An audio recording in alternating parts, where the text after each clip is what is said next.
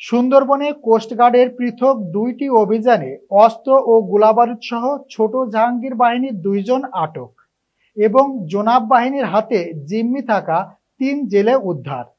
প্রতিনিধি কাজী আতিক জানান, শুক্রবার 3 এপ্রিল দুপুরে কোস্টগার্ড মিডিয়া কর্মকর্তা লেফটেন্যান্ট কমান্ডার সাব্বির আলম সুজন এ তথ্য জানান। তিনি বলেন, গোপন তথ্যের ভিত্তিতে জানা যায় সুন্দরবনের কুখ্যাত ডাকাত ছোট জাহাঙ্গীর বাহিনীর খুলনা দাপক থানাধীন বাইনতলা খাল সংলগ্ন এলাকায় অবস্থান করছে।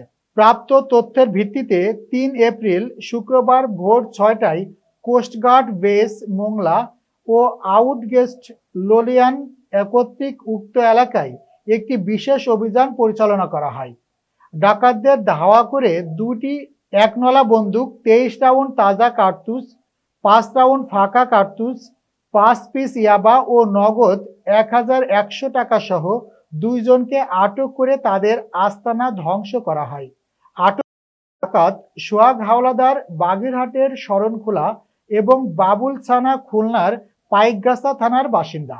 অপরদিকে আরও একটি গোপন তথ্যের ভিত্তিতে জানা যায়, গত 31 মার্চ মঙ্গলবার সুন্দরবনের দুর্ধর্ষ ডাকাত জোনাব বাহিনীর সদস্যরা সাতক্ষীরার শ্যামনগর থানাধীন হোগল ডবাখাল এলাকার হতে একটি নৌকাসহ 3 জন জেলেকে জিম্মি করে মুক্তিপণ দাবি করছে।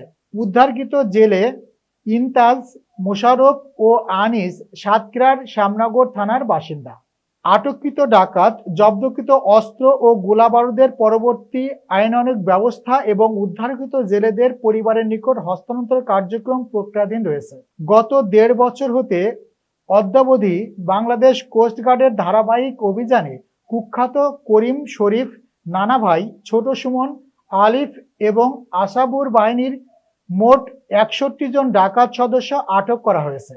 অভিযানগুলোতে 80টি আগ্নেয়াস্ত্র, 599 রাউন্ড তাজা গোলা, 308 রাউন্ড ফাঁকা গোলা ও 1950 রাউন্ড এয়ারগানের গুলি জব্দ এবং দস্যুদের কবল থেকে 78 জন জেলে ও 3 জন পর্যটককে উদ্ধার করা সম্ভব হয়েছে।